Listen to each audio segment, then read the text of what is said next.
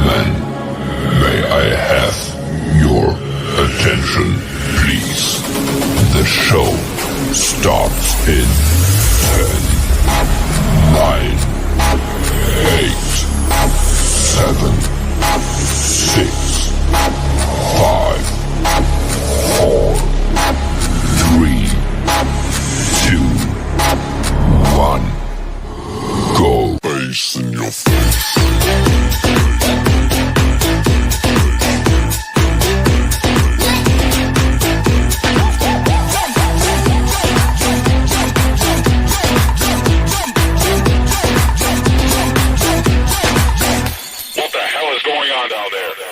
Bass in your face.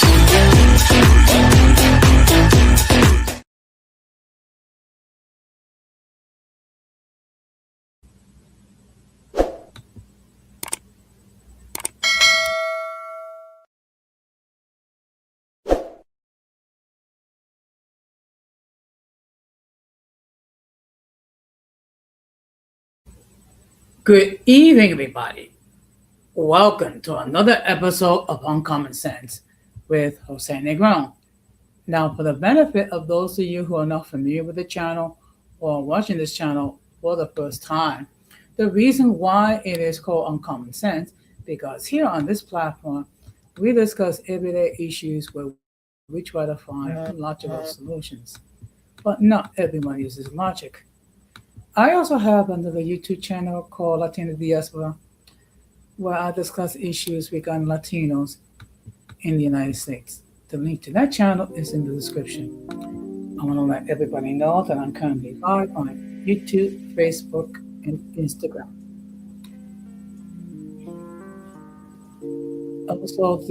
Also, the subscriber mode has been enabled for the first 5 minutes.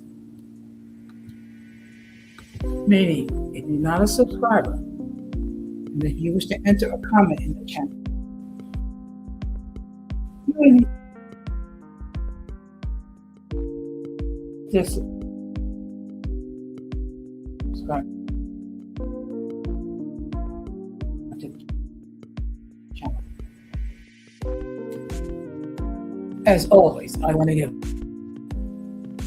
as well as those who allow me to enter into your devices, and those who watch on the clouds, even the haters.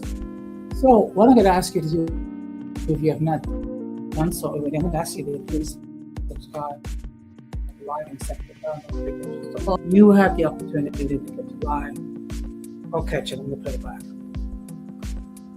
This is Friday night, so we're going to have another episode of open discussion. So what happens during open discussion? Well, what I would do is I would share my views regarding some topics. You have the opportunity to enter your comments in the chat regarding each topic I will discuss. Also, you'll have the opportunity to suggest whatever topics that you want to talk about, and I will do my best to. If it's something that I do not have a great deal of knowledge about, I will be transparent and I will admit so. Please bear in mind there's some topics I get into because they're too, I don't get any emotion.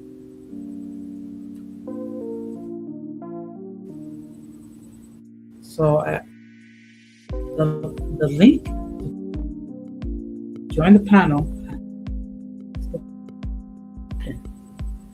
should anyone wishes to hit that link, you can opine about anything.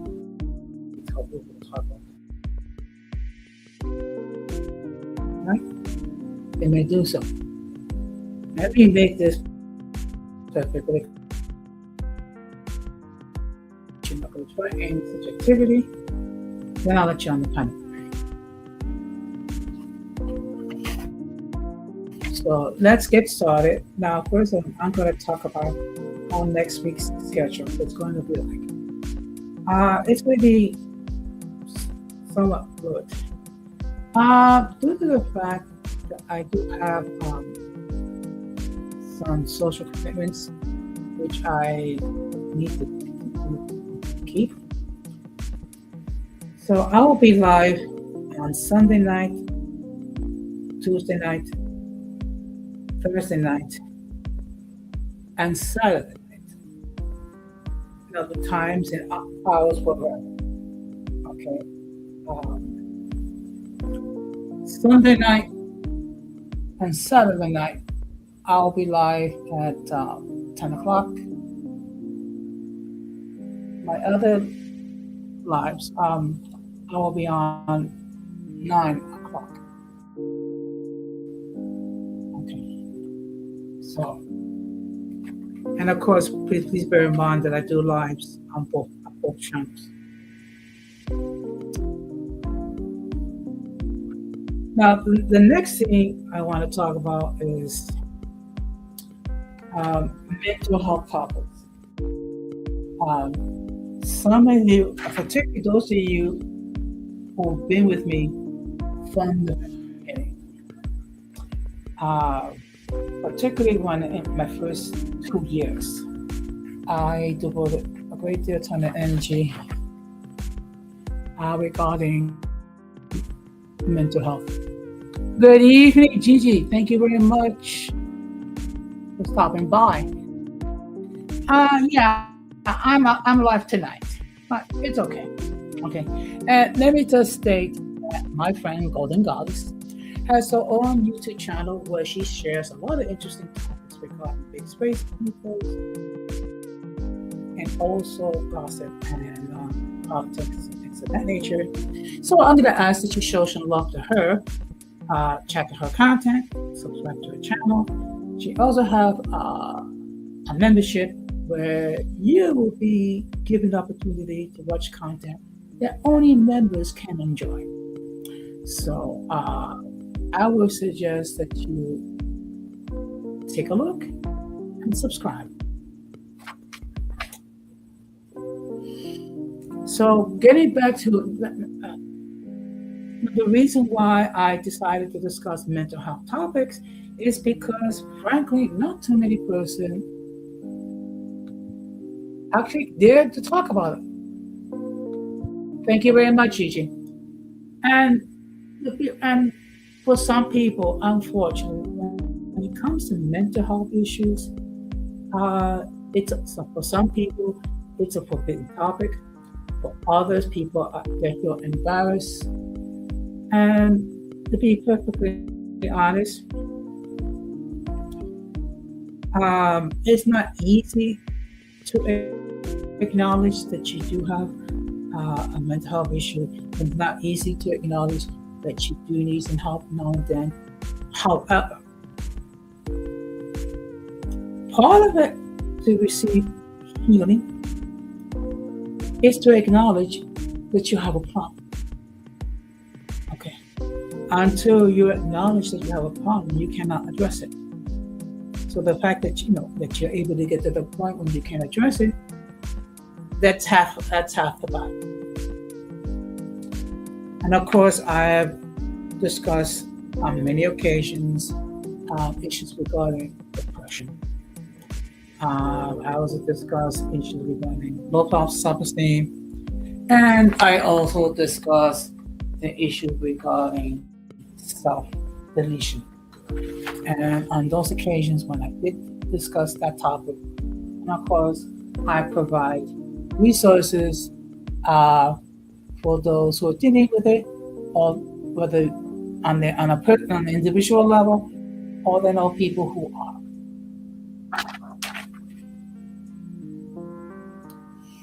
So the next thing I'm going to talk about is, of course, we are in Women's History Month. So,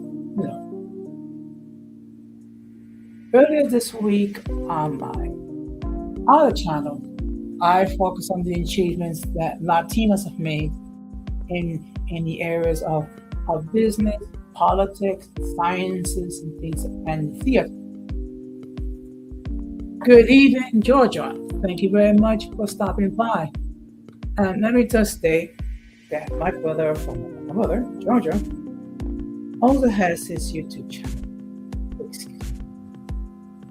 Excuse me. music, where he produces Christian content, particularly content how to live victorious lives as a believer.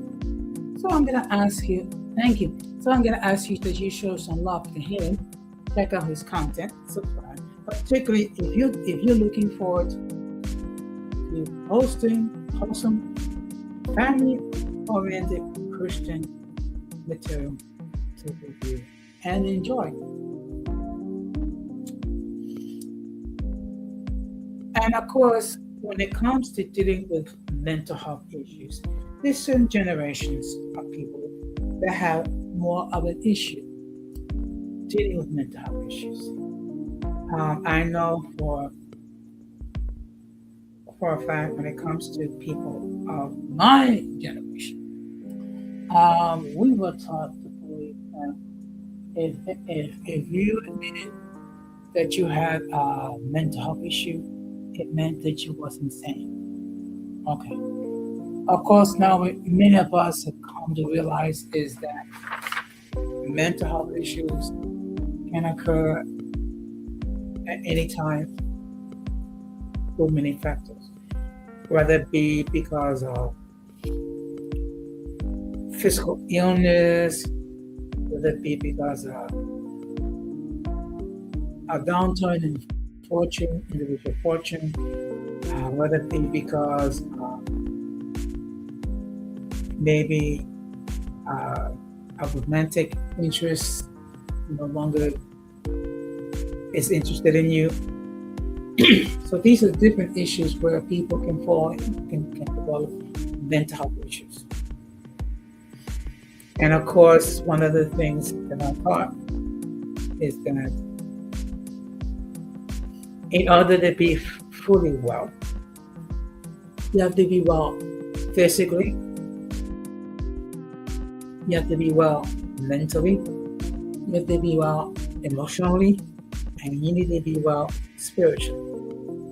Okay. As I like to refer to as the four legs of a healthy stool. That's true. That's true. Which goes on without saying. If you're not well in one aspect, it's going to affect the others as well. Particularly if you're not well when it comes to your spiritual well-being. Whether it be because of sin, whether it be because of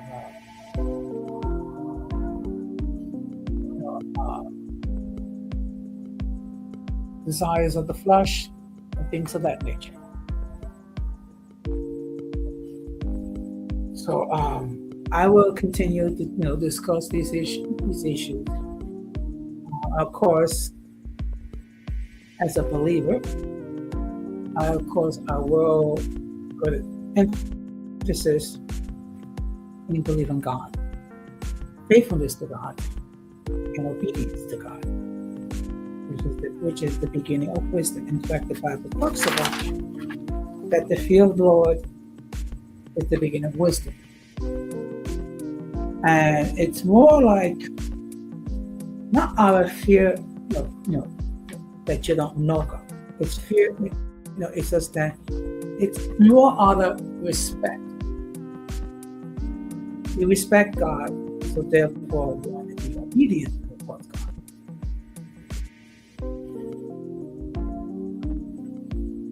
Now, the next thing I want to talk about. Yep, that's true. That was it.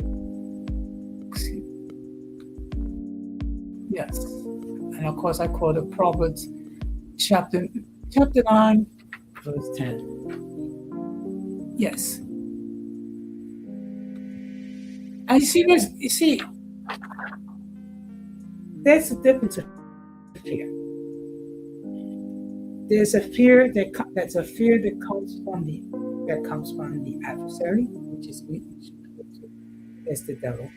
And then there is a righteous fear. It's more out of respect. Okay. When you love someone, you should respect that person. You don't want to offend that person in any way. And that's how we, as believers, should view God. Yes, we should have a righteous fear, but which is more like a respect for God. It's that we don't want to do anything to offend God. We don't want to do anything that could in any way, shape, or form mar that relationship we have.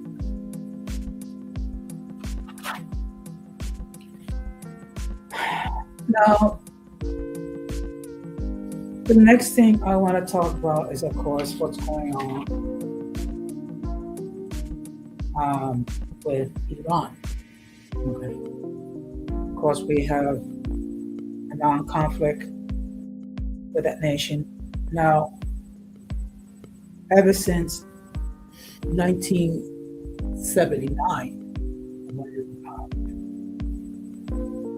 when the country went from a monarchy to a Muslim republic, a theocracy, so to speak, the relationships between the United States and Iran has always been adversarial. And of course, we all are aware of what happened with the kidnapping of our citizens from 1979 to early 1981. And of course, why we enter into armed conflict. Now, I see we have a guest. So let me just state for the record that the views of those who appear on the record are not necessarily those of the information. Any attempt to copy the material is not represented or is prohibited. By appearing on the call, you waive your right from subject to maybe to offenses some views. If you do not like the content, you can block it. Now, better bring in our guest. Good evening, Gigi. Hi, Jose. How you doing?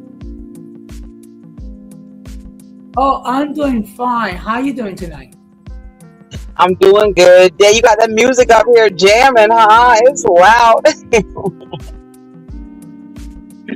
You want to dance or Well, what? you know what? It's just that I try to bring a little more. I'm just trying to bring a little bit more life into this channel. I feel you. It's a everyday. I don't want to say a struggle, but it's an ever evolving situation, isn't it?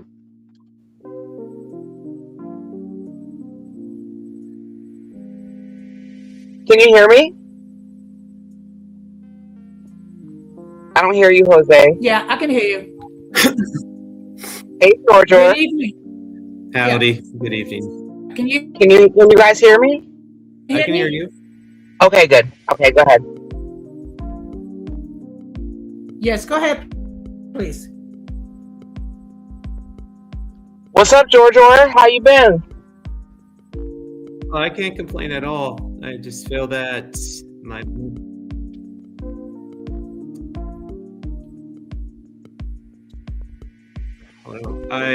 by the way, Jose, my thingy's echoing for whatever reason. Why? Jose, you can adjust the volume a little bit on the music and put it down a little tiny bit, though, right? Okay, let me just. I don't know. Does it sound kind of loud to you, I'll Georgia? try. On Give me a your end? moment. Okay.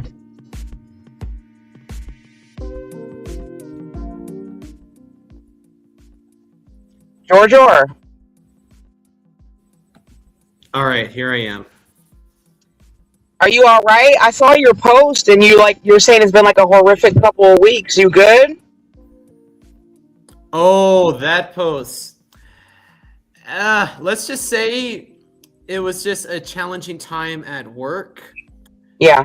But, I just told, my supervisor this, and she loved my message too because she is also a firm believer. I just said, it's been challenging, but challenges are opportunities in disguise. Mhm. especially in our work environment, which does involve students we love so dearly, though. But these are students with severe to profound autism, emotional disturbance, and developmental delays. With that kind of job, it's going to be very challenging, and it can Yeah. sometimes take a psychological toll on you. But that's where I always ask for the Lord's strength and His wisdom to keep me going, as He has been keeping me going in the field for years now. And I'm very humbled and blessed to be in the position that I have, despite so many challenges and obstacles that have come my way. But everything is all good, and I'm back on the right track. Okay, good, good. Hey, Irby. Hey, Irby. But yeah, I hope that all has been well for you too, and whatever challenges. Good have come evening, your way. Irby. Yes, everything's going good. Everything's fine. You know, life is lifing. We're all blessed. We're still here. We're still alive. So we're doing good. Yeah, no matter what kind of insurmountable odds come And we have against our us, just sanity keep intact. going. What'd you say, Jose? And we have Jose's our sanity intact. Yeah, Jose's still surviving in New York. We're doing good. But yeah, that post that you saw there, that was like a couple weeks ago though. But yeah, it's been fine now. Okay. Jose, you missed my joke, or you didn't appreciate it. One of the two. No, I appreciate it. It's just that it's been a very hectic a couple of weeks with my job. Yeah. So everybody's experiencing a then- lot of Yeah, and then of course, my bad. Sorry, go on, Jose.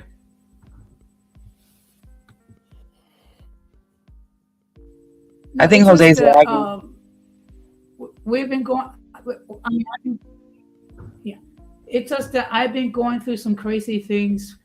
A part of it has to do with my job, and of course, a couple weeks ago, I was in the middle of some crazy drama when people were making, spreading false images regarding yours truly. Mm. Yeah, I think I already left my feedback on that issue like last week, Jose. I already said what I needed to say about that.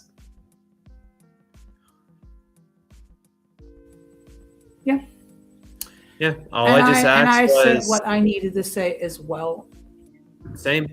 And just to recap quickly, Gigi, I'm not even going to say the name of the person. I think you already saw the live stream until the person privated it, probably after realizing that it's not really producing any kinds of fruits. So if that's not going to produce any good fruits or encourage anybody, and it's just probably just going to open up a can of worms that shouldn't be opened up, why do it? Yeah. I mean, I guess from a content creator's perspective, she probably just thought it was content or whatever. But I mean, I am glad they put it on private though, because, it has Jose upset or whatever. So it's on private. So, we can all move on. Yeah, and I just said lastly in that issue, Jose, is that from an outsider's perspective, it looks like drama. Because if I were an outsider, though, who didn't really have full context on it, though, I would have clicked right away. I'm just like, internet drama and shenanigans. Moving on. Yeah. Well, it goes out without saying that the sickest was alive and unwell, and people are going to say whatever they're going to say. I cannot control what people are going to say. I can only control what's going to be my response. Yeah, I mean, this is YouTube. Everybody's not going to like you, and everybody has a microphone. Everybody has a phone, and they give their opinions. So it's kind of to be expected at this point. We all know that. We've all been there, done that. I take stuff like that, well, as a grain of salt. Because we've all experienced where it can, like, go overboard. So we're not having those type of issues currently. So YouTube isn't stressing me out. Is my point. You know what I mean? I refuse to allow YouTube to stress me out any longer. Yeah, I mean, it's social media is honestly nothing to me, to be quite honest. It's just like tool that I use as a supplement to spread the word, though. But much of the things that I do are all based in real time. And that comes with real time encounters and real time craziness that a lot of people on the internet are never going to compare to, especially when I will never meet them, nor would I ever want to. Yeah, but social media is definitely a tool, and although Yeah. it doesn't have the same gratification of you like helping people in real time, but social media does help you reach people that you would never meet in real time. So it's still, it's it's all about how you use it, right? If you use it for the good, then you feel at peace with it. If you use it for bad, then you're probably gonna, have a lot of anxiety surrounding it. Exactly, though. That's true, though. And, I do love to use it for creativity purposes, and I use it as an outlet for that because I mean, like when we were all, I mean, or should I say, when I was that deep into like the racial stuff or the mixed race, all that other stuff, though, which, yeah, I still think it's nice still, but I had to shift some gears here just to showcase all the other gifts and talents and other expressions I have that are outside of our DNA. Mm-hmm. Mhm. And I think part of it has to do with jealousy as well. Hmm. I've been blessed by the amount of support I've received and the growth on the channel. Jose, oh, sorry, Jose, you be making me laugh sometimes, even when you don't mean to. Unintentionally funny you are, Mr. Negro. It's okay. He's like back to these jealous. Yeah, should I say, Jose, you're very comico. Comical. Mm-hmm. I mean, Yeah, funny. you have to have a sense of humor when you're dealing with the circus. I mean, you do. Oh god.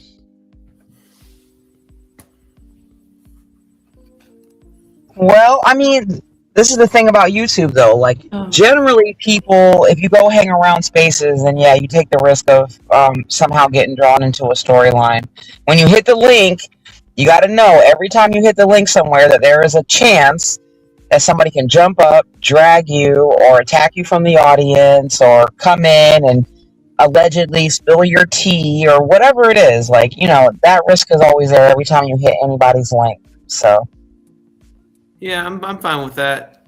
I'm like, look, I already had some folks think that I need to get institutionalized. So there's that. I'm fine with that. Yep, saying that's where you belong in the psych ward, though, because I talked about how I went into a psych ward, though, to minister to folks, though, which I did. And then somebody said that's where I belong. So we probably all should be in a psych ward. The fact that we're all still here standing strong. Most people that were probably normal probably hit the road a long time ago. Mm-hmm. I always say that if you're like a YouTuber, and especially in these messy spaces, there's a little bit of ticky boom boom in there probably for all of us. Let's be honest. Well, if anyone needs the prayers in there, though. The reality is this.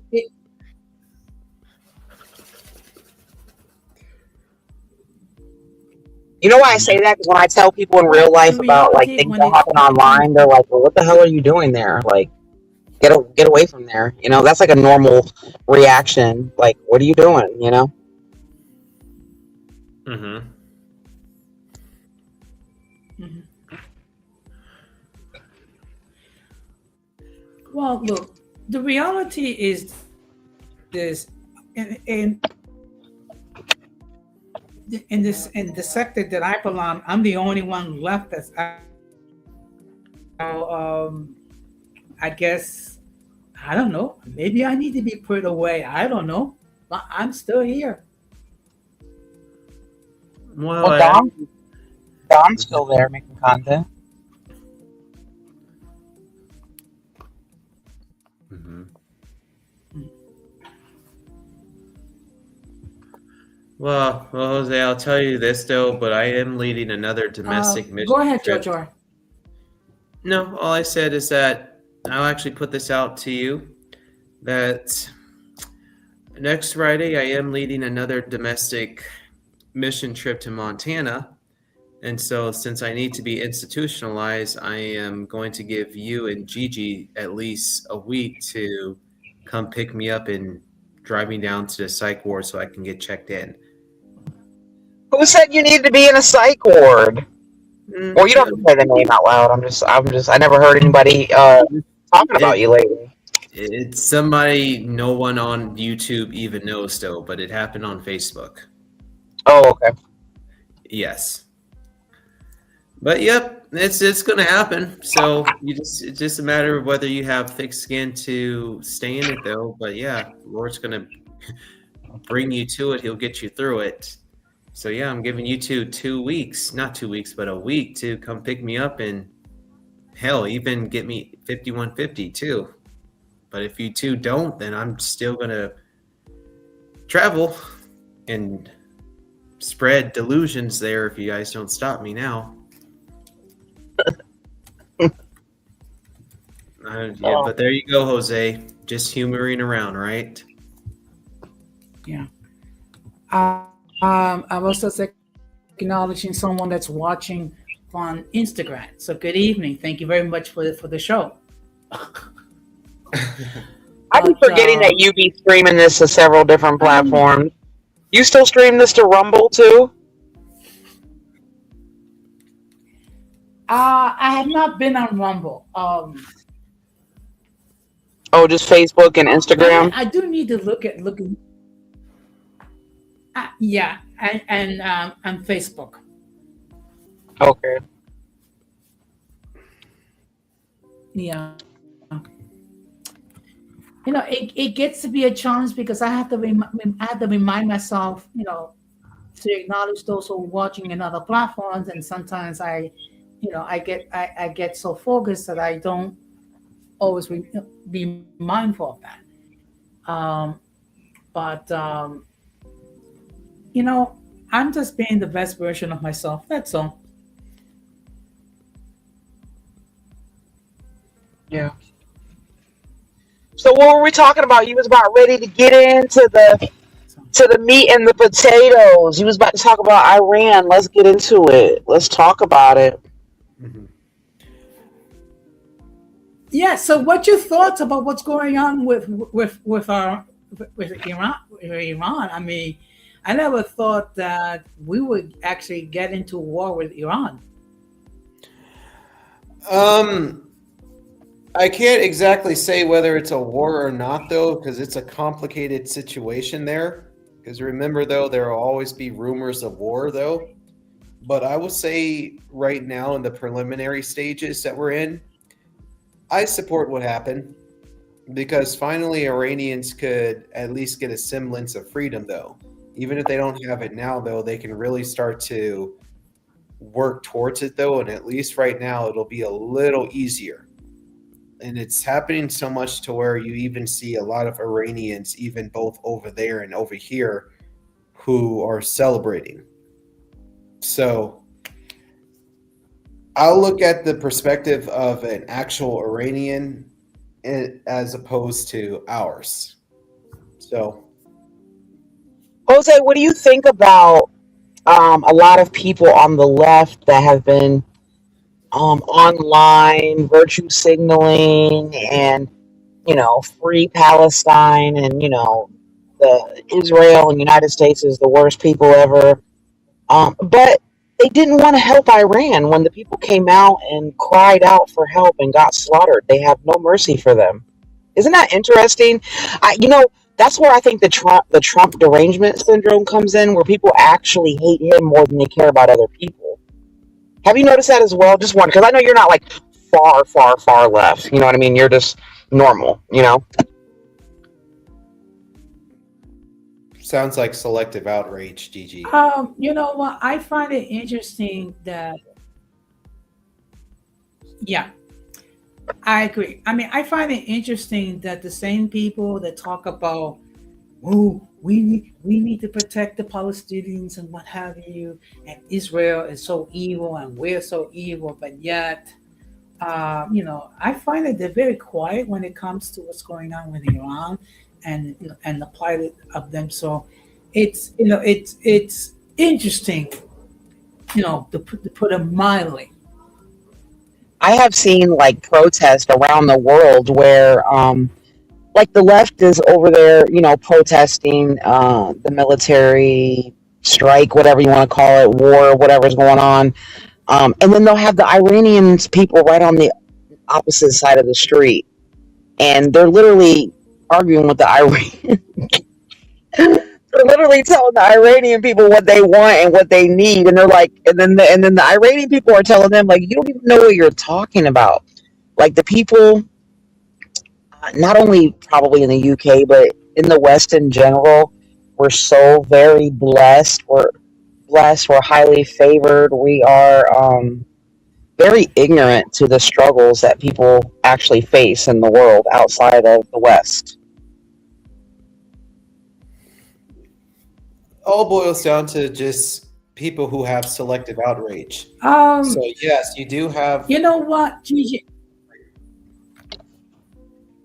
All right, Jose. No, finish up your point. I'm going to mute myself before I chime in. I think because Jose's lagging, that's why. Yeah. You know what? Yeah. I think I'm gonna have to basically do a live on my phone, not on my computer. But it's just that I find it very bizarre, you know, how the left is talking about how Israel is so evil and what have you, but then again, they don't bother to take the time to try to figure out what's really going on in the world. It's really hard though because there's so much propaganda. Um, you know, so it's kind of hard to know what's true sometimes. Like, there's this whole thing going around where they're saying that the Israel bombed like the girls' school, and then when you actually dig into it and look around, they have like proof and evidence that it actually was Iran's like misfired missiles that came right back down and bombed their own people. So there's just like a lot of propaganda and a lot of misinformation. It's really kind of hard to even know what to believe, really, from either side at this point. And plus with AI,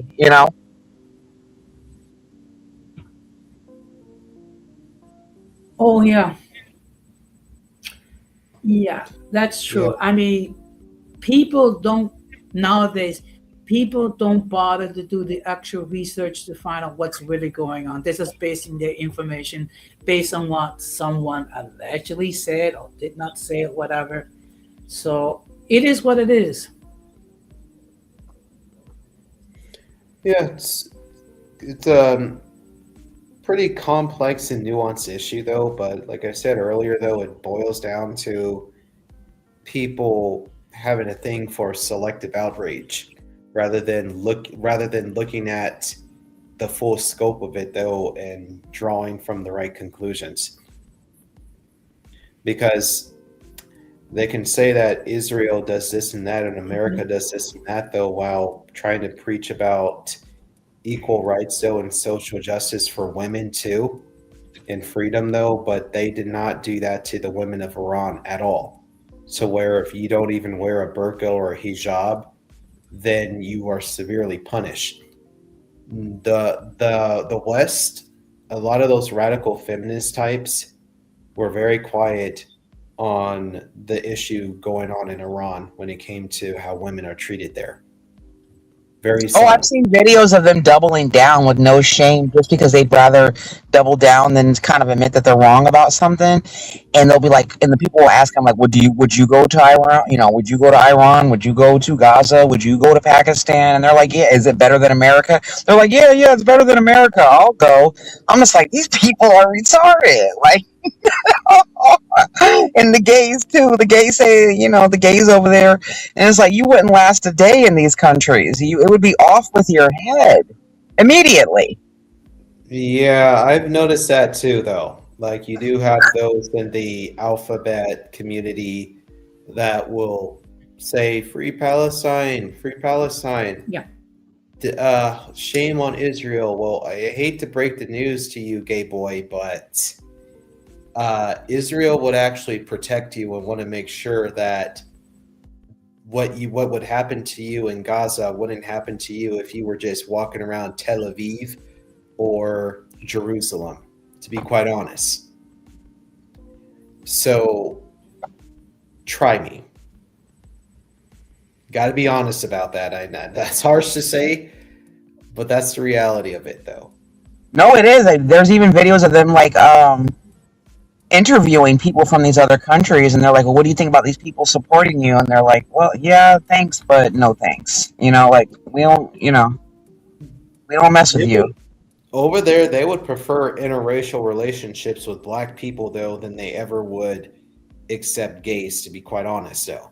And we know that there are like sometimes a lot of like anti-black sentiments throughout the Arab world, though, but they would rather intermarry with black people than ever get near gay people.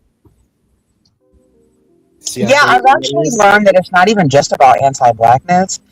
In general, like how they say, like in the West, we got to deal with quote unquote white supremacy. Well, in the Middle East, they got to deal with Arab supremacy. So it doesn't matter if you're white, black, or whatever. You're like inferior. You know what I mean? And even the lighter ones, the mixed ones, they look it down on them too.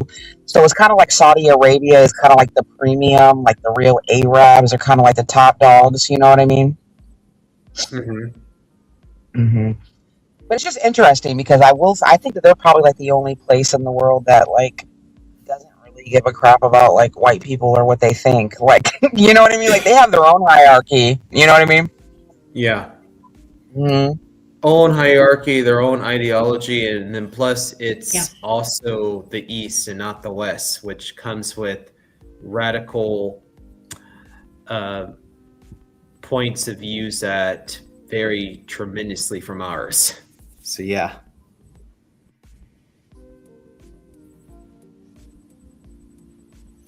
Mm-hmm. Yeah. What do you think about everything, I Jose? mean, Because you didn't say. when I think about it, okay, I find it interesting that, um, you know, that certain groups of people talk about how bad Israel is and things of that nature. But yet, it's one of the few places when the democracies exist in the Middle East. Okay, let's talk that talk. Say in Iran, say in Iran, or like in Lebanon, or in Egypt or Saudi Arabia, and let's see how far they go before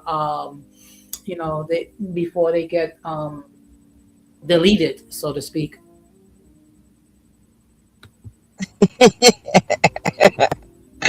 You,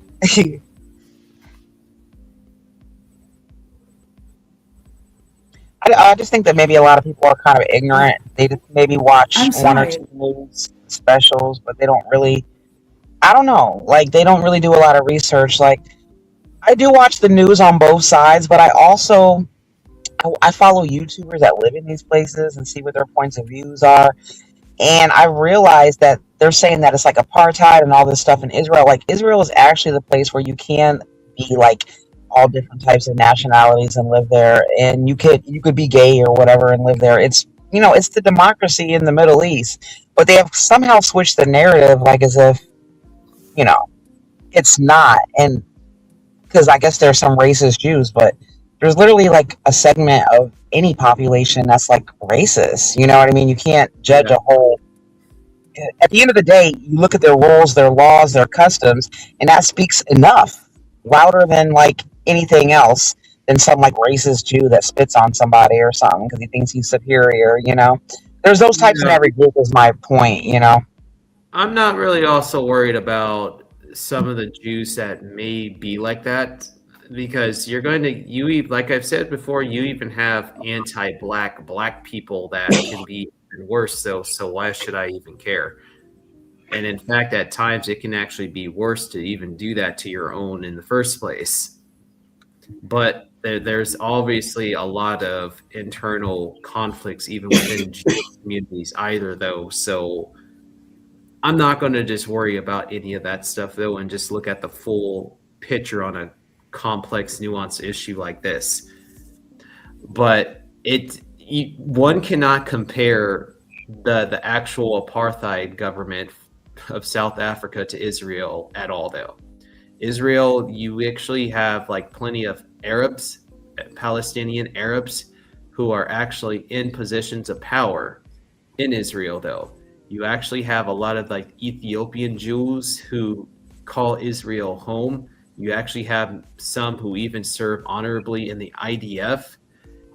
The list goes on. Is it a perfect place? Absolutely not, though. But to call it another apartheid state is absurd. To be And you know what's even worse, though, is that all citizens of Israel have to participate in the military, like when they're young or whatever. But actually, like people from the outside, like the Palestinians or the Ethiopians, like they don't have to participate. And there are Jewish people there that are resentful of that because they're like, well, they can just come here, but they don't have to participate in the military. So, there you go. in some ways, they have better rights. Is my point. You know what I mean? And how can you constitute that as a apartheid state if foreigners seemingly have more rights than those who were born there? So I have a huge issue with that in terms of calling it another apartheid state. It's not. It's not. Yes, there's issues there. I don't deny that. Even biblically speaking, look, even in the Bible days, Israel had so much issues, though, especially the northern kingdom of Israel, which hardly had any good kings except for Jehu, who took care of Ahab and Queen Jezebel. And only the southern kingdom of Judah at the time only had a handful of good kings, though, but also their fair share of bad kings too. So the bad stuff there is nothing new, though. But calling it an apartheid state is a pretty bad thing to say. Or we said if he had to choose, he's going with the little hats. So I don't trust any of these groups, though, but if I had to pick, I'm going. Same. Listen, the devil isn't going to trick me out of my destiny. I guess people want to have. I'm not going against the little hats. I don't care what they say. When things calm down over there, I actually am, by the way, going to do the Christian pilgrimage trip, by the way, to Israel, though, where I get to see the ancient cities of like Gibeon, which was actually a Levitic city too. And then also the Sea of Galilee, though, where Jesus and even Peter walked on the water too, by the way. So I'm actually am going to go to just the historic sites, or even where Jesus ascended into heaven on the Mount of Olives too. And then they also still have the Garden of Gethsemane too, where he prayed before he was arrested by the Romans. I'm going to go to those sites too, by the way. So I'm going, and I'm not going to worry about all these complicated worldly issues. Yeah. But that's only when it calms down. I'll say that. I will I would hope so. Yes. So I want you to feel better about that, Gigi. I'm going to go at a smart time, not right now, but when I get the green light, then I'll go, and you and Jose can come if you two would like to. I'm not going to the Middle East for nothing ever in life. Sorry. I'll probably go. I'll probably go to Israel, but not anytime in the near future. I got a lot of things crazy things going on in my life right now. No offense to the people of Israel, but I mean, there's a time and a season for everything. Now is not the time. That's okay. I'm not going to go right now. Can I afford to go right now if I wanted to? I'm going to say yes. I've already looked, I've already researched it. Yes, I can afford this ticket. And then, yeah, I can go probably around my 34th birthday in August, but not right now. I'm too busy. I'm too overwhelmed, though, but I will go at some point. Well, like I said, I do actually watch people that live there on YouTube, and yeah, you can hear the sirens going off, and they have to cut off their camera and go to the bomb shelters. It's really crazy over there right now. If I were over there and I had to do that, though, I wouldn't actually panic, to be honest with you, though. I'll just follow procedures, and then that's it.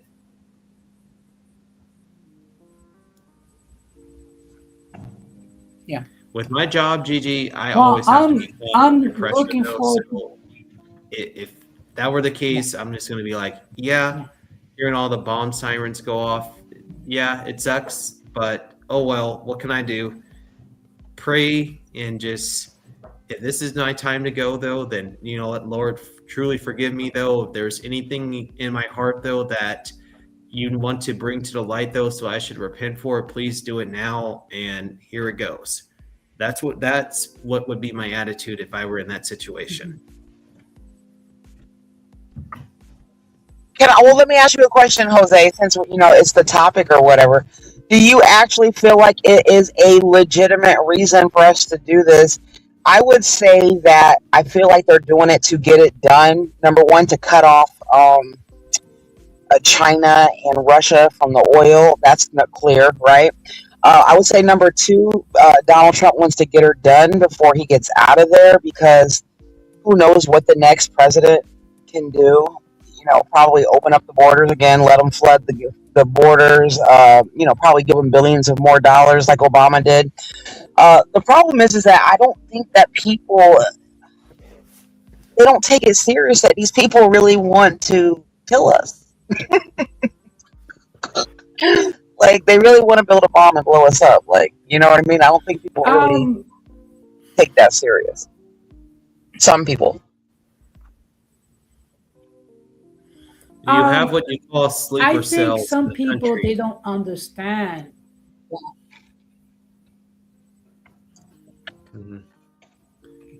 I don't think some people understand that there's actually people that want this country to disappear.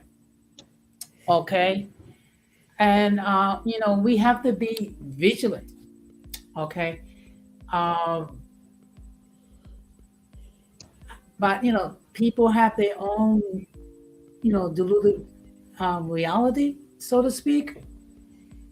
And it's tricky no matter what. Need to be vigilant. It's tricky no matter what, because you can't, it's not just an in and out, get her done type of situation. Nothing in life never is that easy. Because like I said, we're cutting off China and Russia at their knees, so that's the wild card, right?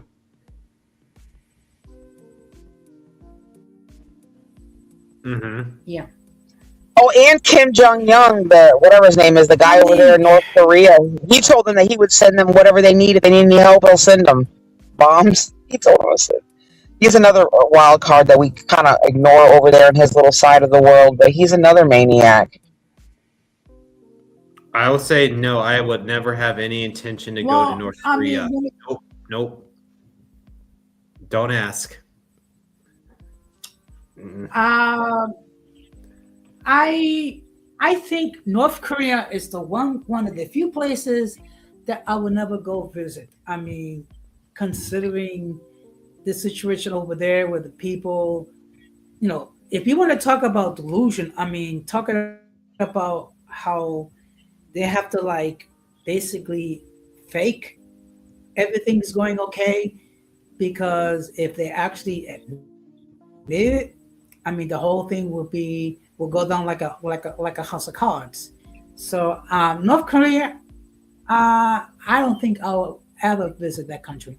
No, thank you. I have no Well, desire to. South Korea. North Korea, I feel like Kim Jong is like a whole other next level of evil because he actually went to school in Western countries when he was younger, so he knows what the real world actually is. But yet he's still making his people pretend he's God. That's diabolical. Hmm. And I didn't even know. I was researching that, and I believe in the 1800s, or maybe it was the 1900s, they actually had Christian, like, churches and different, like, they actually had different religions there until, like, that family came along. So that doesn't just erase from people's memories. These people actually know, like, this is bullshit what we got going on here. There actually is a God, and, because people fly. Well, maybe not. Back in the day, they used to fly balloons of like CDs and movies and different stuff from America over there. But now, of course, they sneak stuff in through customs. But my point is that the people know, but they have to pretend, like Jose said, that they don't. Hmm. Underground churches are very big over there. Yeah. There's actually is a YouTube documentary on it. Actually, just if you Google it, underground churches of North Korea, and same with Iran too. And I greatly support them too. Maybe I would. Irving said that it's an atheist communist state, but it's not really. They have the family exalted like they're actually God. Like it's beyond atheist, really. They got to worship that family. That's communism. That's even how it was during the era of Enver Hoxha of Albania, and even Stalin too during the Soviet Union period. Mm. Yeah. It's diabolical. And Pol Pot, though, any country under communism is going to be like that. And China is honestly no different too, which is why they are even distorting the Bible, though, so that it can fit into the Chinese Communist Party's agenda. I don't know. I mean, what do you guys think about this? I watch this channel and he makes a joke that we get a presidente a month. We're taking a president every month. So we got Maduro, we got Alatola, we got, I guess Cuba's up next. I mean, it's a lot going on. Mm-hmm. And there's so many maniacs running different countries around the world. Are we going to just like get them all? Like, what's going on?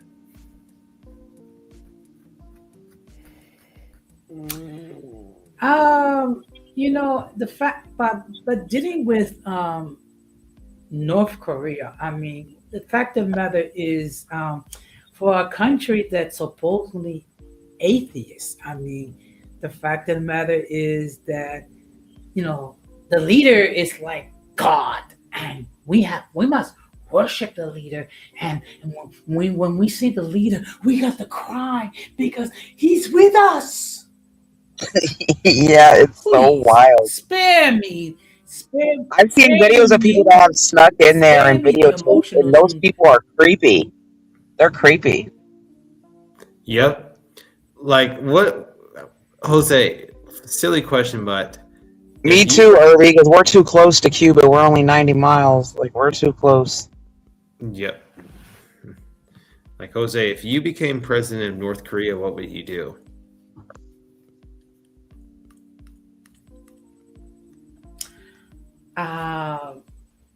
If they say that, hey, Jose Negron, during your retirement, you're the president now. Yeah. Jose wouldn't do it because he knows that he's next on Trump's list. Then. Are you going to be the new Rocket Man? No, thank you. First of all, let's keep it real. I don't think anyone that's over the age of 60 should be in politics. Okay, so I'm 63, so I'm not gonna say, oh, you know what? I disagree with that, but you know what? Heck with it. The one thing that I have to be honest, that I do worry about is, Trump's confidence is what has gotten him so far in life. Basically, you know, you know that so bad. Is it breaking up for y'all? No, I can hear you just fine though, but yeah, just Jose Jose's is breaking up, right? yeah, just experiencing some Yeah, delays. unfortunately. Yeah. Go ahead, Gigi. No, I was just gonna say that like Trump's confidence is like really what has gotten him so far in life, and him able to make deals and like make things go his way. But it also does worry me to a degree because when you kind of have the attitude, like he's just he has his attitude, his boasting or whatever, and you have this kind of like we're untouchable because of our military. It does worry me a little bit, you know what I'm saying? Because we're just like we're telling everybody to F off, Canada, Mexico, like Cuba. Like these people are very close to us, you know what I mean? Mm-hmm. So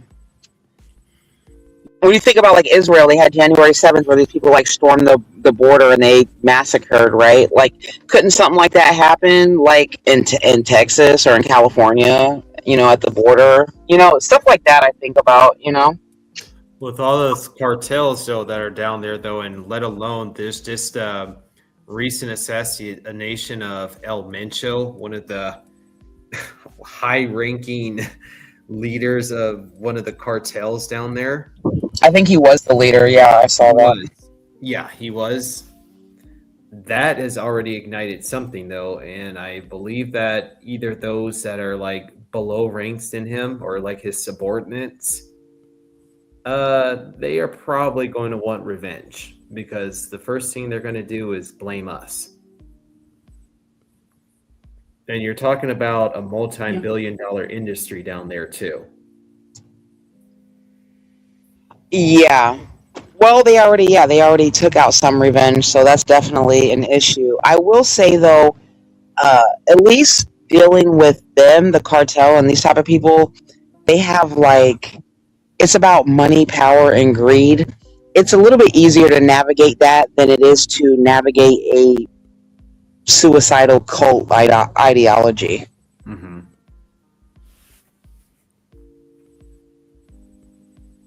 Mhm. Anything that teaches you that the more people that you unalive on your way out will get you into a better seat in heaven is pretty scary. Yeah, and then also that's what also the people of the Gaza Strip, by the way, are teaching their kids. If you actually go online and you actually look into the propaganda of Palestine, that's what they're teaching their kids. To be ultra radical, though, and to basically try to die a martyr so that you could earn a special spot in paradise. I also saw some people that were visiting And don't the don't Taliban. forget. Huh? No, I Yeah. saw this. I saw these videos where these people like were like missionaries were Don't visiting forget like the 70 virgins. Taliban. See, there's a lag because every time like it's quiet, then I talk, and then it's a Yeah, lag, Jose. yeah, Jose, you do have a lot of lags and delays going on. Go ahead, Yeah. Jose. Unfortunately, I think I'm gonna have to, do some lives on my phone and just forget about on my laptop. But I'm just thinking when it comes to radicalism, don't forget to believe that when the people die, they're actually going to have like 70 virgins waiting for them in paradise. Mm-hmm. Yeah, no, I would say that I saw like this thing where like the missionaries and stuff were like visiting like camps and stuff and of like the Taliban of their families and stuff like that, and they were shocked to see the kids. The kids were throwing rocks at them and they were like going like this with their neck and they were like, I'm gonna what you and all this stuff, and it was really sad to see, but it was kind of funny in a way too because these people who are going there with their bleeding hearts, the right calls that what suicidal empathy. And like even the kids are like I will, you know.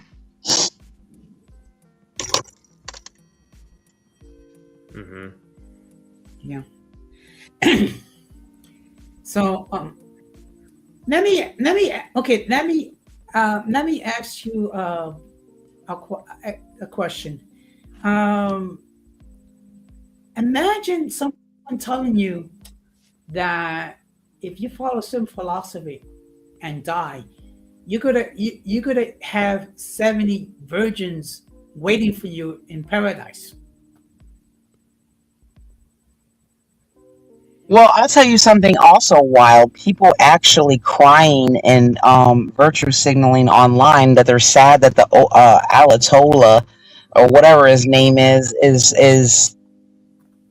unalived when he literally made it so that they could marry 9-year olds. And also, uh, he made a rule that, like, when women who were getting unalived simply for showing their hair, that they had to be raped before they died to make sure they didn't make it to heaven. So this man was pure evil.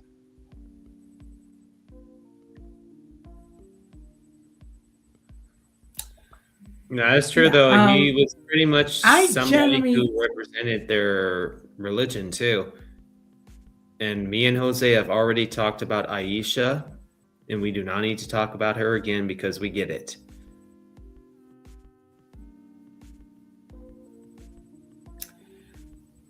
um I've said this before, and I have a huge problem with any any belief system that based on works for salvation, because the Bible is very clear when it comes to salvation. No one can earn salvation, no one can work to gain salvation, what have you. Because if you can earn salvation, then what Jesus did on the cross was not necessary.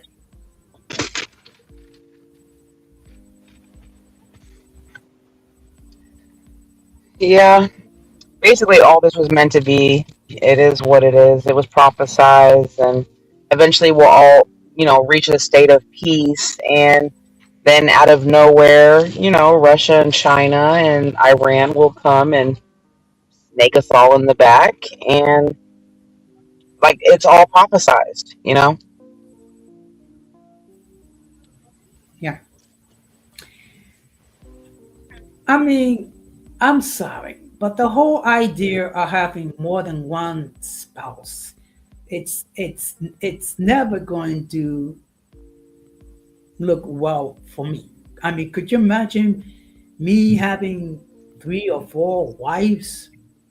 No, I don't think so. Oh, let's just be honest. So, although Islam will permit it, though, under certain conditions, like as long as you can prove that you can take care of your three wives, provide for them, and treat them accordingly, I'm sorry, but your women are going to have a lot of resentment towards each other.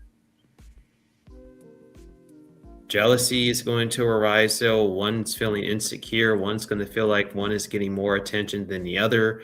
One is going to feel prioritized than the other. One's going to start to feel secondary. It's going to be a dynamic that's going to be full of drama. Well, and that's assuming that the wife even loves the husband, because there's that as well. A Arranged lot of the marriage. times you're stuck with whoever your family stuck you with. Yep. Arranged marriages, which does happen in the Punjabi area region of India.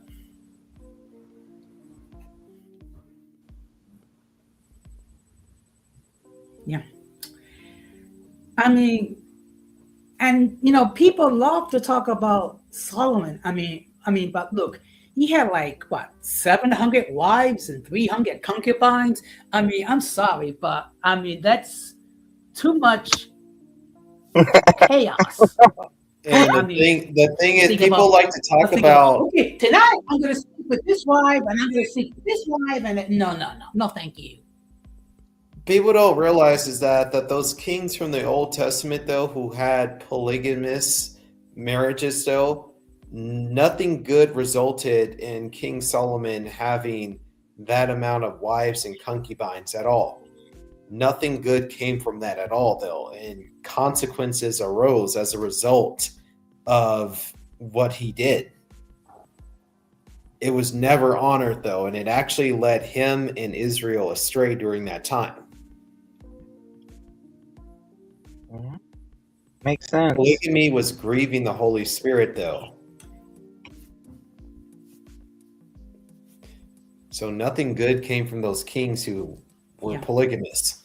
Nothing great came from King David, who did his thing with Bathsheba, and then even went on to having another kid, Absalom, with another woman too. Nothing great came from that, though, and that's why he displayed a lot of godly sorrow in the book of Psalm.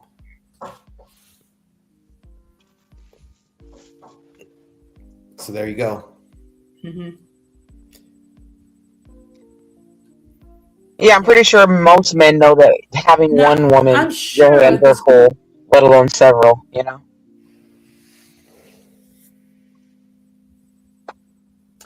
yeah, I'm sure there might be some people that might think, oh, it's great to have like 700 wives and 300 concubines because that means you're getting a lot of bucks. But it's like, at what cost? I mean, I'm sorry, but I mean, I care too much about my inner peace.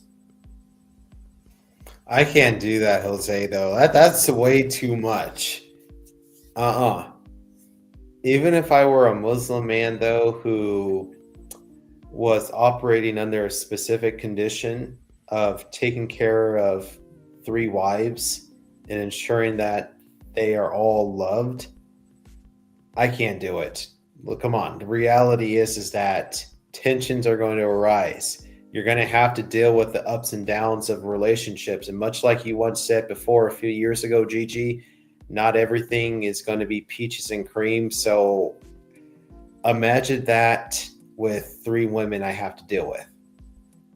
I will grow gray within about a month.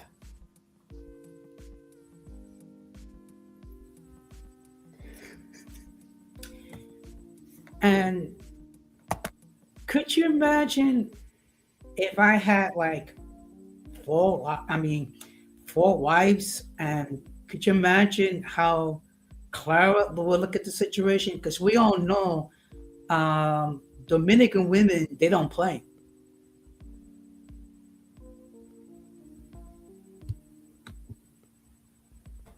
Oh, that's true.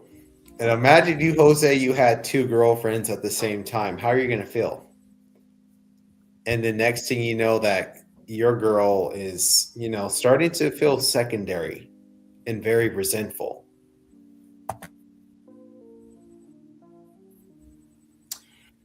You know what? I would not touch that with a 10-foot pole or a 20-foot pole. Like, and then next thing you know, that they're fighting, and and then one is accusing you, Jose, of making her feel secondary. Like, what are you gonna do, man? This is too much. No. I'll stick to having one. I'll stick to having one female. Thank you very much. Eva's,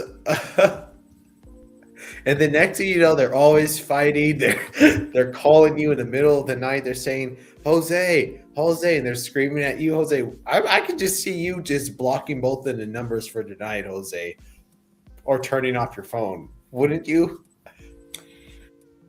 They're like, I mean, it's like I'm sorry, but it's like they're like, Jose, and why are you making me we feel all know for secondary? a fact how we all know for a fact, yeah, we all know for a fact that Dominican women get jealous very easily.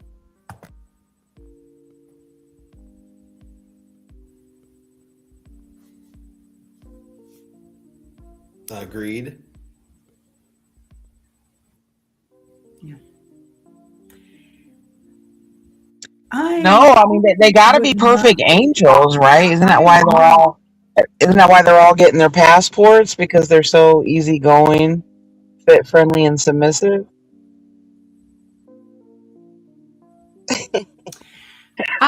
You know what? I just love it when people make that claim. I mean, it's like, no, I don't think so.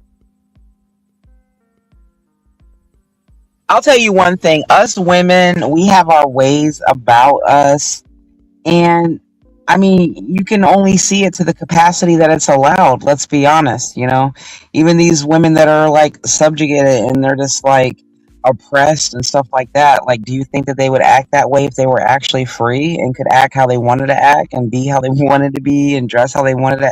It would be a completely different person. That's why they say when they come to America, they get Americanized. Remember the Eddie Murphy special when he had got the chick from Africa and he said that she came here and got up with the American girls and then she said she wanted half. I mean, it's an American movie. I know Raw. It was Raw, his comedy section where she said, "I want half, Eddie." He said, "I made you butt naked on butt naked on a zebra or something, and now you want half."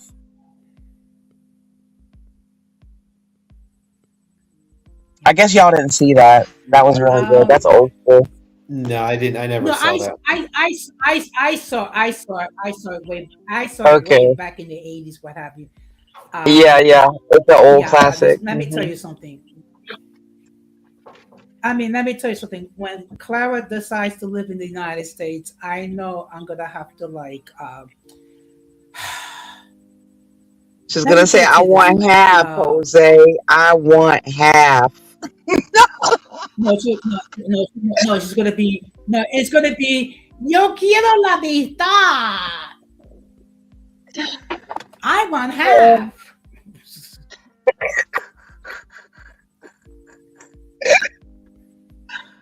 Ay. So funny.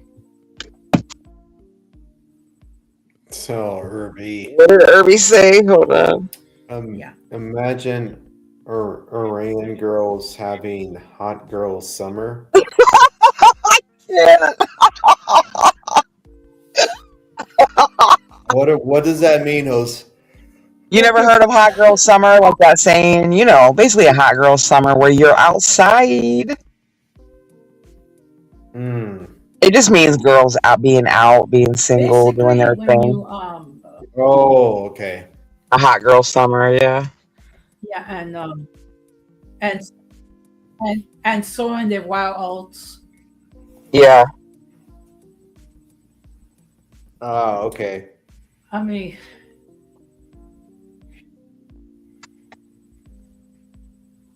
and you know what? That's another topic right there because it's the whole thing. You know where the modern woman think that they can do whatever and rack up a huge body count and whatever, and then when they get to their 30s and 40s, then because they be serious. I mean, it's how Well, can that's I what men say this do, isn't without it? sounding well, look, I have a very low body count. You know how many women I actually slept with in my lifetime? 3.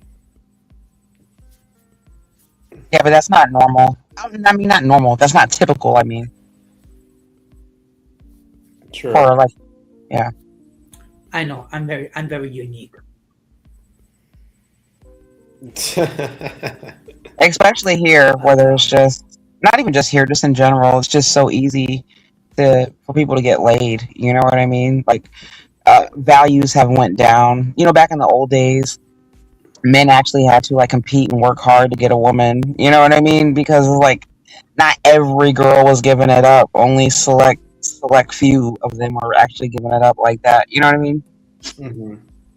So that's why I say that women should just raise their standards, because if they actually raise their standards, then men would adjust to that and they would behave better, and then everybody would it would work out better. But like if you're just like giving it up to anybody that comes along for nothing, or just doing it for sport, which I never really understood as a woman, then yeah, like you're gonna have bad results, and you're gonna have all them soul ties on you, and.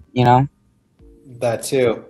Even when you Mhm. break free from the soul ties, though, you end up well, dealing with the residue that comes with them.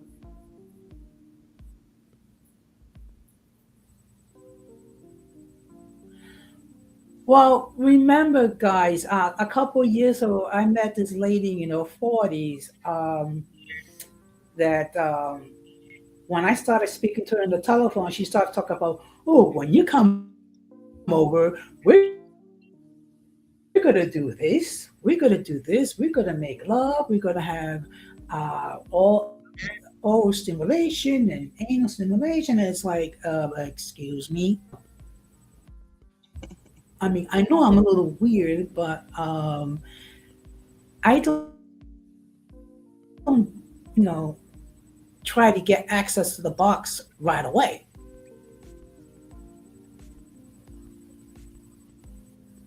Well, some of them women that are older are they also just want to get laid too because they don't have like probably people lining up around the blocks like they did when they were young. So a lot of them haven't got laid in a long time probably. So she probably was like ready to bust it to bust it open. I don't know, Jose.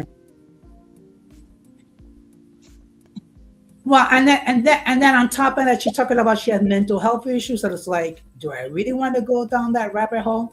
No.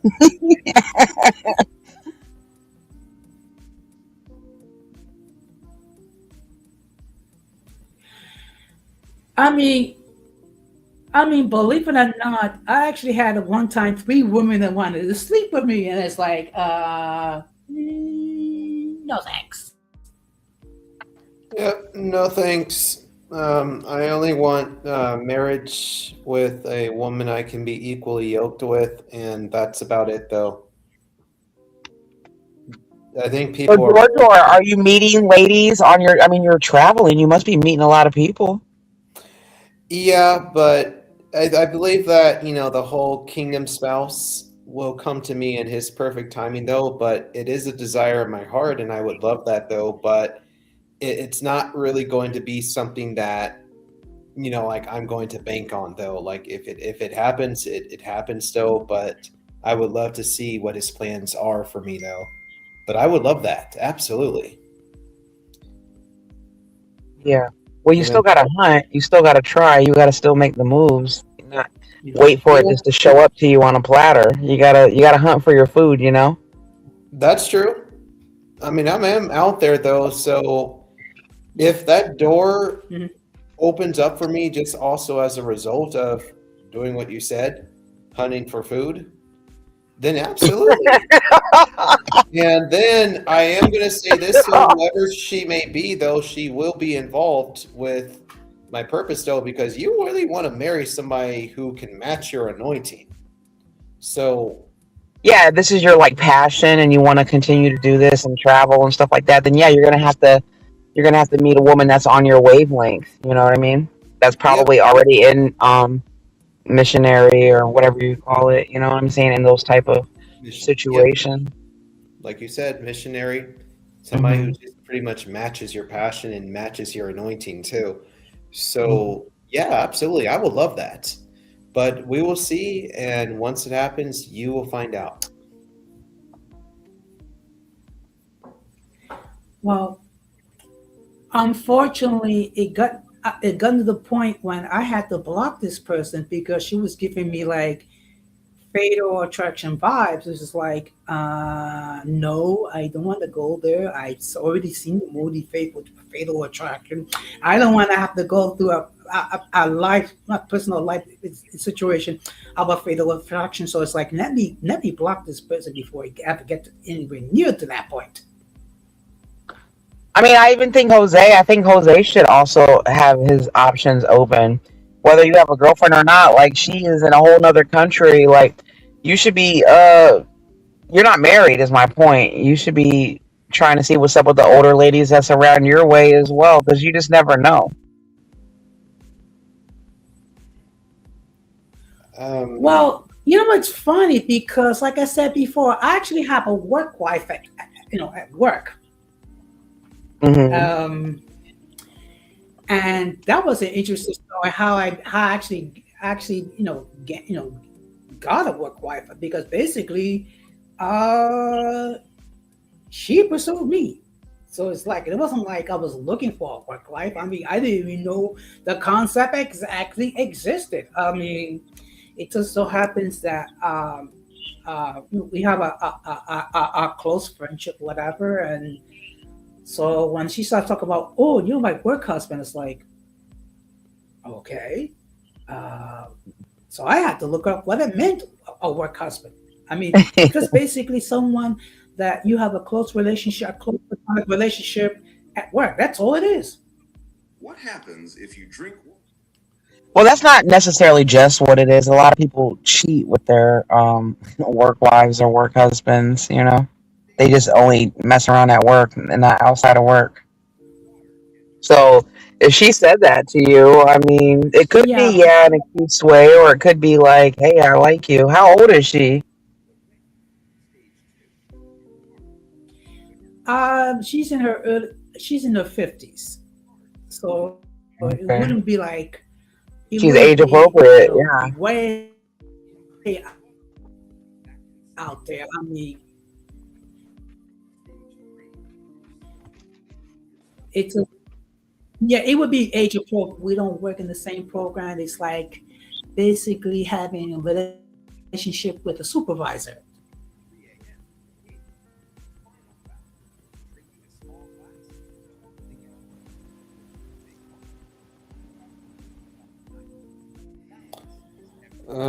If that were the case, Jose, like if let's just say you are going to keep your options open out there, I'd be honest with the girl in the DR and just say that this is probably not going to really work out though, because the last thing that I would want to hear is how you two feel that it was a waste of time.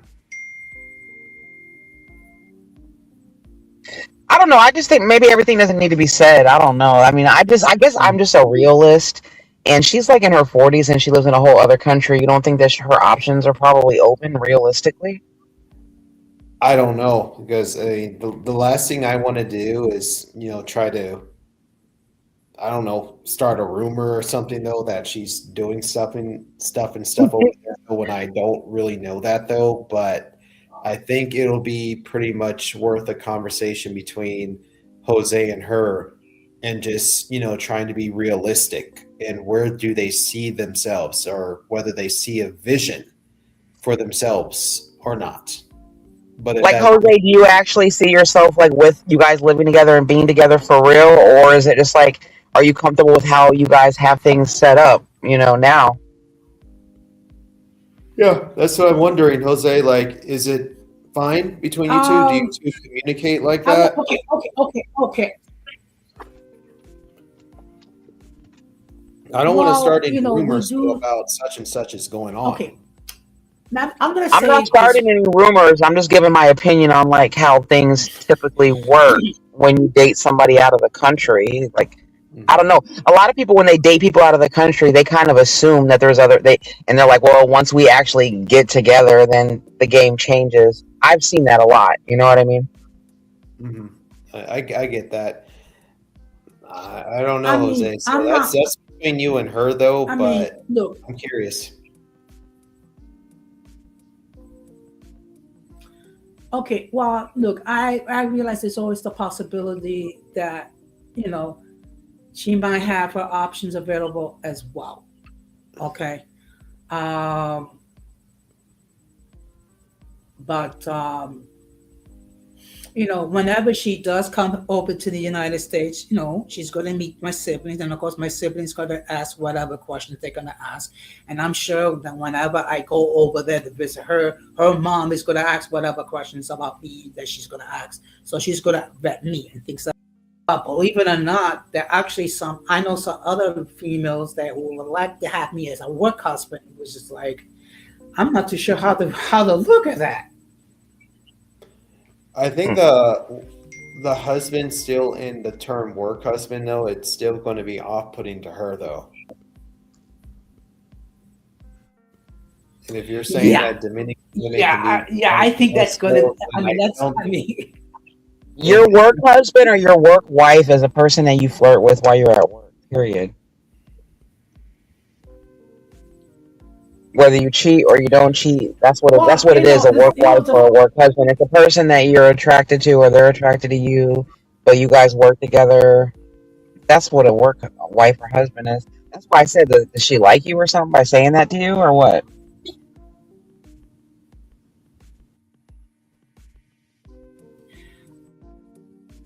Um, I, okay. This is the way I look at it, and of course, only she can answer this question as well.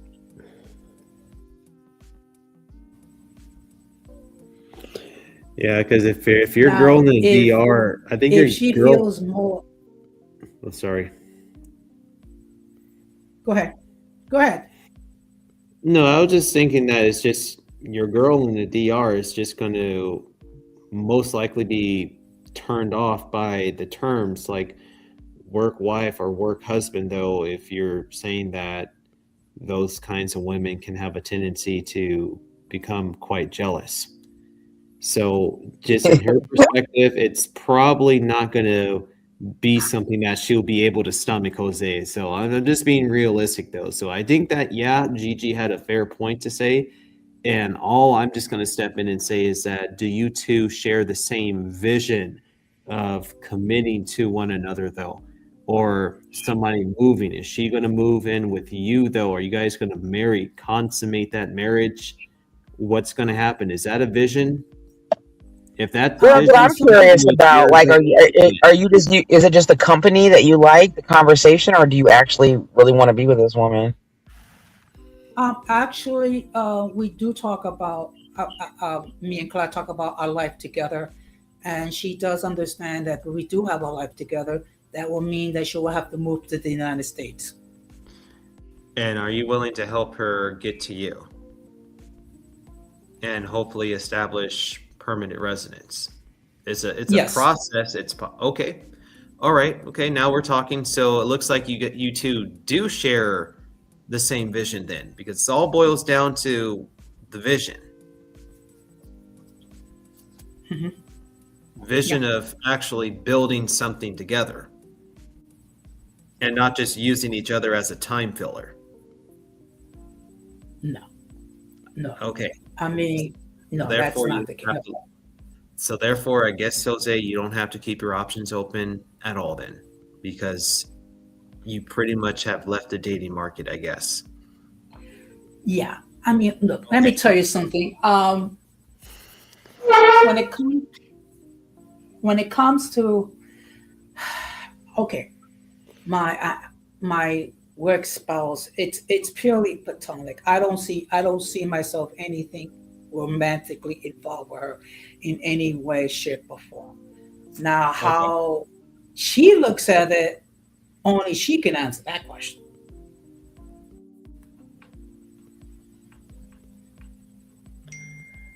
Well, Gigi, I guess that's your answer. Yeah, I already knew Jose's perspective on it, but I'm just giving my perspective on it. I don't just automatically trust people that don't live in this country that want a green card to get over here. Mhm. Look, um, I'm not naive. I mean, I know, and I may come out being naive, but I mean, I know there's the possibility, you know, um, it might be just for what any individual reason. That's why that's why there's a vetting process, and part of that vetting process is to try to know as much as possible, and of course, um, she will have to be vetted by my siblings, just like her moms would have to vet me as well.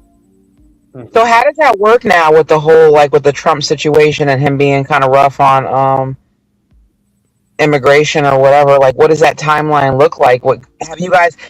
My point is, have you guys actually looked into like the steps and like, is there actually a plan or is it just like, oh, we want to do this eventually? Well, well, basically, the two options are as follows. One is of course, to pursue the fiance visa, and that's something I have to discuss with her. The other option is to marry her and just bring her in as a spouse. But this is something we're going to have to discuss.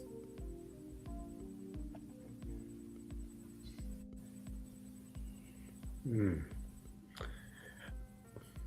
Well, you can bring her on here if you like, though. Hmm. Yeah. I think Jose said she Yeah, doesn't speak definitely. English. That's okay. Well, believe me, I have invited her to come on this platform, and of course, I will translate. It's just I will that be honest, though, Jose. Though I mean, you've heard me speak Spanish here and there. Though I can understand you a bit, but I can admit it that sometimes the Dominican Spanish can be a little bit hard for me to understand. But I can understand Puerto Rican or Cuban Spanish and then Mexican Spanish because I can definitely hear a difference. yeah, well, Dominican Dominican. Spanish usually tends to go in one ear out the other, to be quite honest. Well, when it comes to Dominican slang, which is what it is, it can be a bit of a challenge if you never dated Dominican women. I have dated Dominican women, so I kind of like know more or less what they say and what and what it means. Like, que pao, que lo que, como tú estás. I can, Vaya, vaya, tigre. you got it. Yes, I get those parts. That I will understand and pick up instantly, though. But everything else, I'm like, okay, slow down, okay. Yeah. I mean, let me tell you something. My I can piece ex-wife, together a lot too. yeah, I'm really glad I that know we a lot of understand. Spanish actually. yeah, I'm glad, Gigi. I'm glad that at least all three of us on here can clearly differentiate between like Cuban Spanish from Mexican Spanish, from Central American Spanish, and then from Dominican Spanish. When you really start to pay close attention to their dialects and just the nuances and subtleties between the two. I can't understand Mexican Spanish, and I think the only reason why I can understand Puerto Ricans better is because, like I said, like I married one, and stuff like that, and I lived there for a while. So yeah, I wouldn't say that I know. I don't understand Mexicans the same way. They definitely talk different than Puerto Ricans. Funny you say that though, because I can clearly understand Mexican Spanish. But you're Obviously, from like California, so it makes sense. exactly. Born Yeah. and raised in California for like the In first. Florida, there's more like Puerto Ricans and Dominicans and Cubans more so than like Mexicans or like South Americans. Not that they're not here, but they're not as prevalent as like the Caribbean Latinos. That's I um, think I'm glad that you brought that up, Gigi. Though is just because I think around here on the West Coast, when people think of a Hispanic person, they're oftentimes going to think of like somebody Mexican, though. But with where you are, or even where Don Armando is, or where you are, Jose, they're going to think of somebody like Jose Hmm. because that's just how different it is depending on like which region you are in the country. I'm just like, Like in reality. In Texas, there's a lot of Mexicans and South Americans. Exactly. That's why I'm like, well, folks, technically speaking, everybody on this panel, there are people who look like everyone on this panel who happen to be native Spanish speakers. That's a fact. mhm. Yeah. I'm Well, glad that we're pretty aware of that. Yeah, but that's crazy because Kim and them made such a big fuss about that. And even on TikTok, I went over there on TikTok and they were saying the same things. They were like, oh, them American biracials and stuff like that. Uh, like they think that they look like so different. And like some do, yeah, but like some don't, is my point, because those are nationalities, they're not like races. Yeah, I do remember Kim from way back in the day, though, and I do understand like his views and everything. But I'm like, dude, it's a very complex and nuanced topic, though. It's not really that simple as you really think it is.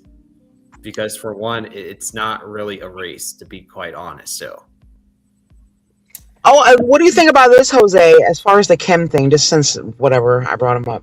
But like the way that he aligns himself or them, like the South Americans and stuff like that, like with like the Brazilians and the Dominicans and the Puerto Ricans, and it's like you guys are completely different. While you're saying that we're like such the outsiders, like you guys are completely different. Then you're not Afro Latino. You know what I mean? Okay. You know, I mean, say your point, Jose.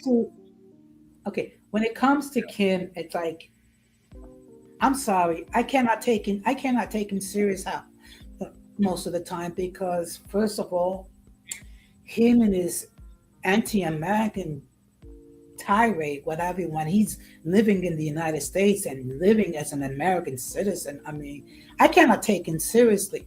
Now, one thing people need to understand, that there's a big difference with Latinos from the Caribbean.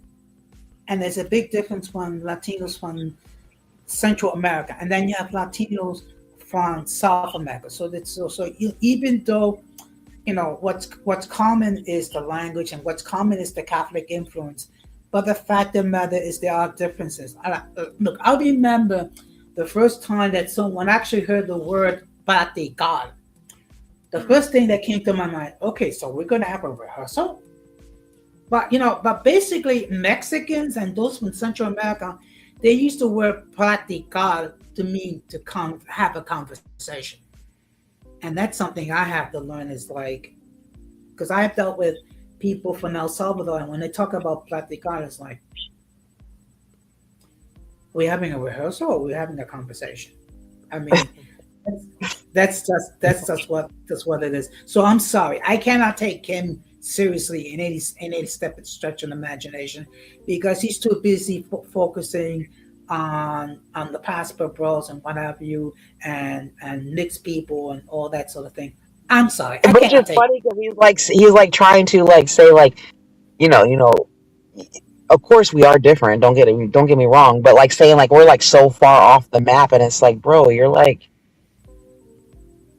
I said, you're not an Afro Latino. You're in what is it called? Mestizo.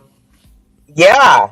So Miss. that's Yeah. native, right? Like, yeah, you're like a Native American or something. Like, what are you talking about? They're usually the ones that are native and Spaniard, or at times they'll usually the ones that tend to be kind of more the brown mestizos, which is what most Mexicans fall into that category of mestizo. Yeah. Yeah. Mm-hmm. Yeah, but I'm sorry, I cannot take. Speaking of the Spanish, Jose, your favorite country over there, Spain. What did you think about them coming out and siding with the radical terrorists? No comment. Fair enough. I'm serious. No comment. Look, Spain will do whatever. Spain has not been a meaningful country, powerful country since 18 whatever, when they lost their empire. So it's like they're trying to become relevant. So what do you think about the conversation online about like how these European countries or whatever, Spain included, that they're like acting all cucked or whatever? Like, it's a really sad state of the show when you see like other like Gulf states and like Arab countries that are like, I think we'll roll with America on this one because you guys are even too crazy for us. And then you got like the Europeans like, no, you're breaking international law. You're supposed to let them kill you before you try to kill them. I would say to Spain, just sit down and just be your insignificant, meaningless lives. Come on. This is not the day. They were dragging his ass online. They were dragging him. They were saying he was cucked, that they're all like sissified, and some of them like they think some of these people are under hostage. Like the one UK Starmer or whatever. Like the people hate him. Nobody agrees with him. But like they say he's just like acts like he's under hostage. Like they already have been taken over. I would say Spain, take a seat and shut up, or maybe just say silencio, por favor. Mm-mm-mm-mm. But whatever. That's why all I can say about Spain is no comment. Fair enough. So I do think that we should leave everybody else alone, though, for now. You know what I'm saying? Like, leave Cuba alone and all these other places alone for a while. We got our plate full. yeah, I agree. I agree.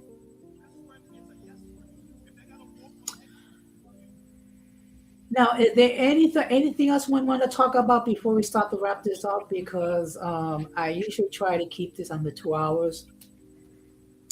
And actually, I think this has been a very good stream.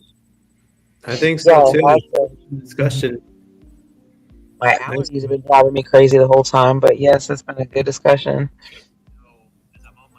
Yes. And of course, there was no drama involved as well, which is a good thing. Exactly. Well, thanks for having me up. It was good to talk to you guys or whatever. Great conversation. I'll see you guys next time. Be safe, okay? Thank you. Take care, though. And yeah, it was a and nice please- civil discussion too. Yeah, and please express my love to Dreaming when you get a chance. Okay, I will. You guys have a good night. Have a good night. Bye. So, any last words, Georgia, before I wrap this up? I think that we had a civil discussion though, and even if there were some slight disagreements here and there, though, I'm really glad that we all kept our cool, emotions did not flare up, and that we all continue to articulate and express our viewpoints with respect. Yes. And even when it boiled down to topics that are just honestly complicated and nuanced, and I'm pretty glad and humbled that we were able just to express our thoughts, respectfully. I agree. And you know what's the great part is that we could be agreeable when we disagree. Absolutely. And can I say something too on just that whole final topic though, regarding the whole Latino issue? Sure, go ahead. I think that's even more complicated than ever before though, because I'll say this though, like in my 11th grade year in high school, I actually had a friend who was from El Salvador. His name was Brian, right? Mm-hmm. And I liked Brian though. I appreciated Brian too. But I do remember Brian writing on his computer saying, Latinos up, However, I'm not really quite sure whether he would really consider like the Dominicans or like Puerto Ricans or Cubans to be like true Latinos though, because me growing up in California, like Jose, yeah, there are some who do feel that being specifically Mexican or Central American is a representation of true Latino identity, whereas they're not really going to really consider like the Caribbean Latinos or South American Latinos as like the true Latinos still. However, you even have a number of like South American Latinos who feel the same way. And even some Puerto Ricans may feel that they are also the truest Latino subgroup out of the entire Latino ethnicity. So can you see how it gets complicated even more and more and more? Yeah, I can see About it. who I think, and that's where honestly, man, where we do have to apply our faith to it, Jose, though, because at the end of the day, the talks about race and ethnicity are all fleshly topics that cover fleshly issues. And people forget that we are all created in the image of God and that he wants us to become his children. We may be his images, but it doesn't mean that we are his children just yet, unless you get reborn, you repent, and you serve him, right? Mm-hmm. So somebody like my old friend Brian, or all these specific nationalities that are proclaiming themselves to be a part of the true Latino identity, just keep in mind is that God is not going to play this kind of favoritism game, by the way. If you are obedient to him, he will accept you whether you are Mexican, Black, or Dominican, or Puerto Rican, or Colombian. It won't even matter, because he said he created one blood, one nation, all people. And if you want to become his child, no matter which Latino group you come from, he has a door that's wide open for you to come in, but that's up to you. And those are my final thoughts. But you can say Well, yours before I go when it came to that, because I applied the complicated racial issue and I combined it with our faith. okay. Well, I think we have to bear in mind what Hebrews 9:27 says. It is appointed to all to die, and then after that, judgment. Okay? We're not going to be judged on our ethnicity. We're not going to be judged on our phenotype. We're not going to be judged on our political views. We're going to be judged on whether or not we accepted the all atoning death and resurrection of Jesus Christ. Mm-hmm. And did we live for him? Did we follow his example? Okay. So all this pride of being a particular type of Latino or what have you, that's not going to matter on Judgment Day. We're all going to end up in we're all going to be judged. Either we're going to be judged as believers or we're going to be judged as non-believers. Okay. I don't want to be judged as a non-believer. And I'm sure you don't want to be there, because that means we're going to spend eternity apart from God. Yeah. So all of this pride about being this particular Latino, that particular Latino, that's not going to matter on Judgment Day.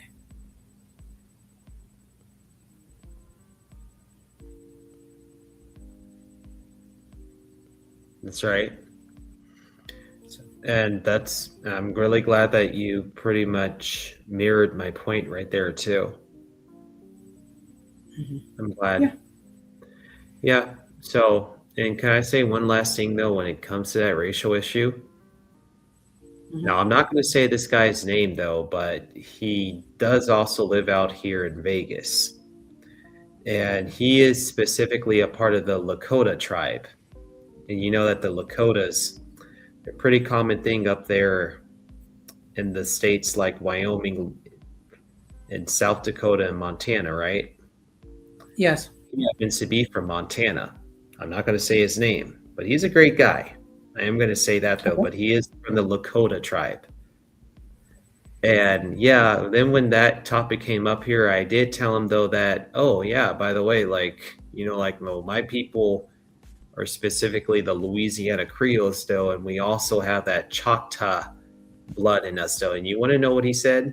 When I mentioned the Choctaw, which the Choctaws, as we know, were native to Mississippi and Louisiana. And not only that though, but there is a Choctaw reservation in Mississippi. It's called, just look up Choctaw, Mississippi, and the other town of Tucker, Mississippi. Most of the people there are of the Choctaw tribe, by the way. Mm-hmm. It's a fun fact there. But you want to know what he said to me? He said, we actually don't really consider you guys to be true natives. And that attitude didn't surprise me, though. I do know that some of those northern Native American tribes may not really always have a good attitude about those native tribes that are from like the southern states or the Southwest, though. And you even have like some of the tribes from like the Southwest, such as the Apache or the Navajo people, who don't really think that the Lakotas or the Cheyenne or the Pawnees are true natives either. In fact, you will actually have some of the Apache tribe say that, oh, the Lakotas up there are greedy and they're selfish and they're lazy. Oh yeah, there's a lot of beef between between the tribes in modern days, just the same way that you see a lot of beef within Latino sectors too. So you see what I mean here?